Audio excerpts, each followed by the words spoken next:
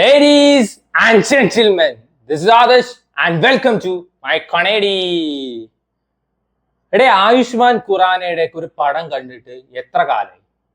അങ്ങനെ ഇരിക്കുമ്പോഴാണ് അങ്ങേരുടെ ഒരു പടം ഇപ്പൊ OTT വന്നിട്ടുണ്ട്. യൂഷ്വൽ ബോളിവുഡ് പരിപാടി തന്നെയാണ്. ഒരു നായകന് 3 നായിക.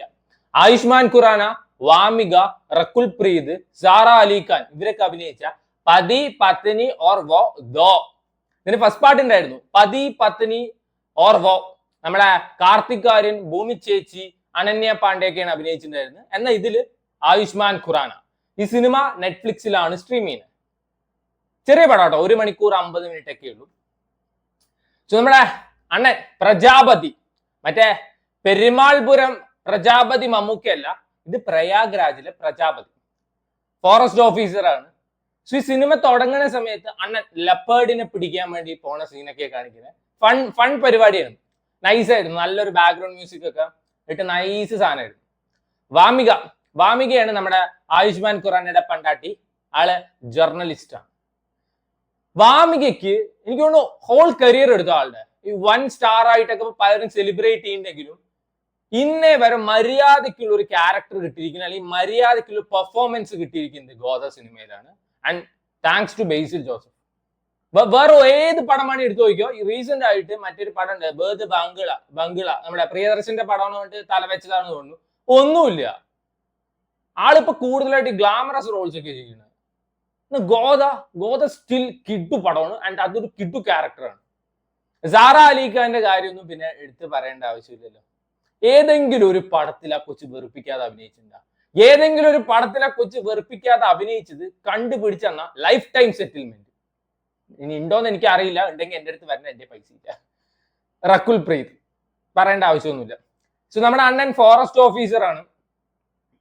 ആളുടെ ലൈഫിലോട്ട് സഡൻ ആയിട്ട് ലാറി പോലെ നമ്മുടെ സാറ അലി ഖാൻ കയറി വരികയാണ്.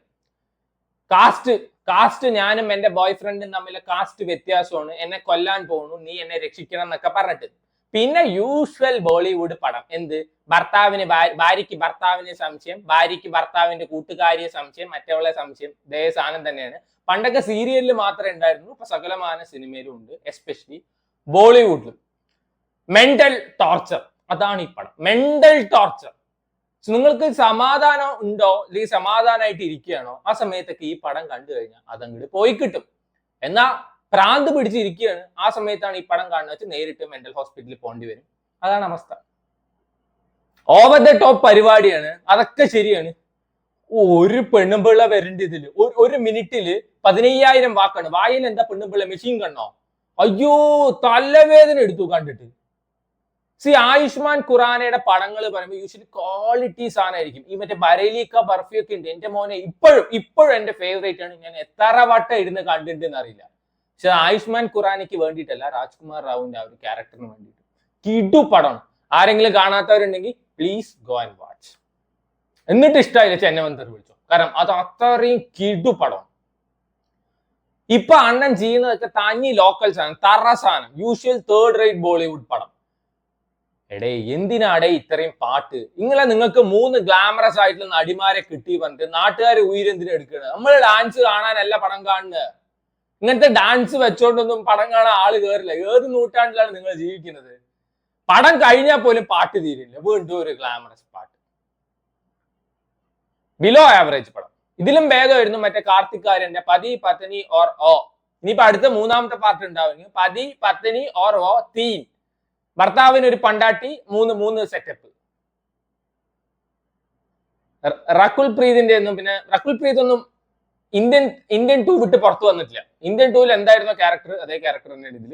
ഒരു വട്ടാവളി, മൈലോ, ബൂസ്റ്റ്, കോംപ്ലാൻ, അങ്ങനത്തെ ഒക്കെ പേരിട്. സാറ അലി ഖാനൊക്കെ വെറുപ്പിക്കുന്നതിന്റെ പീക്ക് കാണിച്ചെന്നുണ്ട്. വാമികയ്ക്കൊന്നും ഒന്നും പെർഫോം ചെയ്യാനില്ല. ഈവൻ വാമിക വരെ ഈ സിനിമയിൽ വെറുപ്പിക്കലായിരുന്നു. ആയുഷ്മാൻ ഖുറാന ഇടയ്ക്ക് ചില സീൻസിലൊക്കെ നന്നായി പെർഫോം ചെയ്യുന്നുണ്ട്. ചില സമയത്ത് ചിരിക്കാനൊക്കെ ഉണ്ട് ഈ സിനിമയിൽ, അതൊന്നും ഇല്ല ഞാൻ പറയില്ല. ചില സമയത്തൊക്കെ നന്നായി ചിരിക്കാനുണ്ട്. ഭയങ്കര പ്രഡിക്റ്റബിൾ. അതൊക്കെ എത്ര പടത്തിൽ കണ്ട്.